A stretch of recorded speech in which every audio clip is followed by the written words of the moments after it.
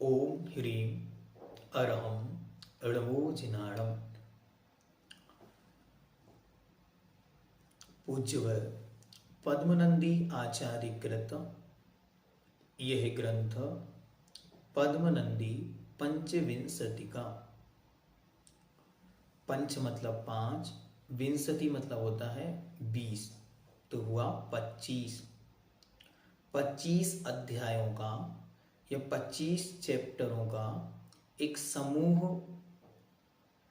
पंचविंशति का कहलाता है और उसके रचयिता हैं पद्मनंदी आचार्य।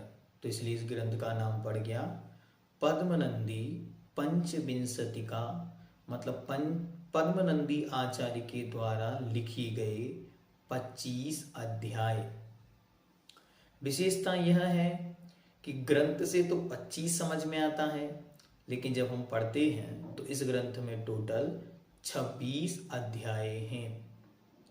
साथ ही इस ग्रंथ में 2 भाषाएं मुख्य हैं, एक संस्कृत और दूसरी 2 अध्याय प्राकृत भाषा में भी लिखे गए हैं।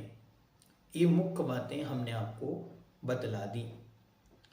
अब यह ग्रंथ अपने आप में एक विस्तृत ग्रंथ है। पूज्यवर ने प्रयास किया है कि जितने भी चर्चा के विषय थे वे सब इसी ग्रंथ में, मतलब एक एक इंडेक्स उन्होंने बनाए होंगे, टेक्स्ट जिसको हम बोलते हैं, वो उन्होंने अपने अपने टॉपिक्स के हिसाब से बनाए होंगे। हो सकता है उन्होंने अपने समय में ही या परवर्ती बाद में किन्हीं ने इन्हें कंपाइल करके एक ग्रंथ का आकार, ग्रंथ का नाम दे दिया हो, यह भी संभव है। ऐसा क्यों? क्योंकि इसमें जो टॉपिक्स हैं वो एकदम 26 अलग अलग हैं, एक दूसरे से कनेक्टेड नहीं है। कनेक्टेड होते हैं तो एक ग्रंथ होता है, लेकिन ये कनेक्टेड नहीं होने से ऐसा लगता है जैसे उन्होंने 26 चैप्टर अलग अलग लिखे हों, या तो उन्हीं ने या फिर बाद में किसी ने इन्हें कंपाइल कर दिया हो। लेकिन ये ग्रंथ बहुत बहुत बहुत सुंदर ग्रंथ है। यद्यपि ग्रंथ बड़ा है, श्लोक अधिक हैं, इसलिए बहुत सारे लोग नाम से ही डर जाते हैं। डरने की जरूरत नहीं है। अच्छी तरह श्रद्धा पूर्वक इस ग्रंथ को पढ़ा जाए। और मैं तो हमेशा ये कहता हूं कि यदि कोई इस ग्रंथ को बहुत विनय के साथ इस भावना से पढ़े कि इसका एक एक अक्षर हमारे आचरण में आ जाए, तो उसका जीवन एक सुंदरतम जीवन बन जाएगा, क्योंकि यह चरणानी योग का एक महत्वपूर्ण ग्रंथ है। इस श्लोक में जो 26 चैप्टर हैं उनमें सब में अलग अलग प्रकार से अलग अलग श्लोक वर्णित हैं।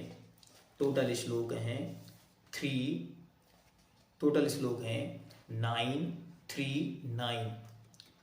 939।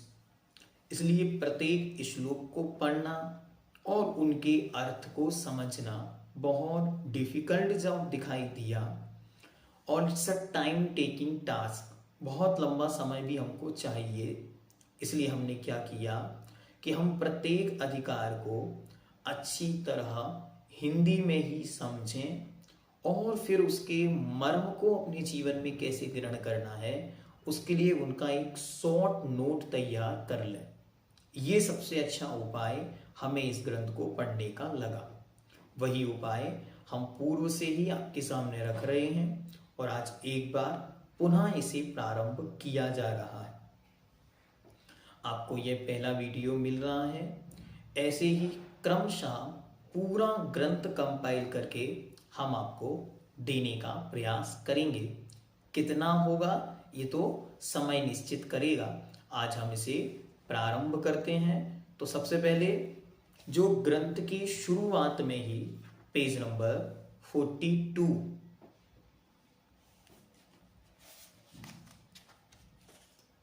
जैन संस्कृति रक्षक संघ सोलापुर से जो प्रति प्रकाशित है उसका शुरुआत का पेज नंबर 42, ग्रीन कलर की जो बुक है, ठीक है, उसका पेज नंबर 42 42। यहां पर है विषय परिचय। विषय परिचय से हम इस ग्रंथ को प्रारंभ करेंगे। पहले जो आचार्य के मर्म को जो संपादक महोदय हैं उन्होंने आपके सामने रखा है, वही हम पहले डिस्कस करेंगे। उसके बाद क्रमशः हम लोग चैप्टर के पास चलेंगे, मतलब अध्याय के पास चलेंगे। ठीक है, तो आइए इसे प्रारंभ करते हैं। एक शुभ, एक प्रशस्त मंगल भावनाएं हृदय में भरते हुए कि यह चरणानी योग का महान ग्रंथ है।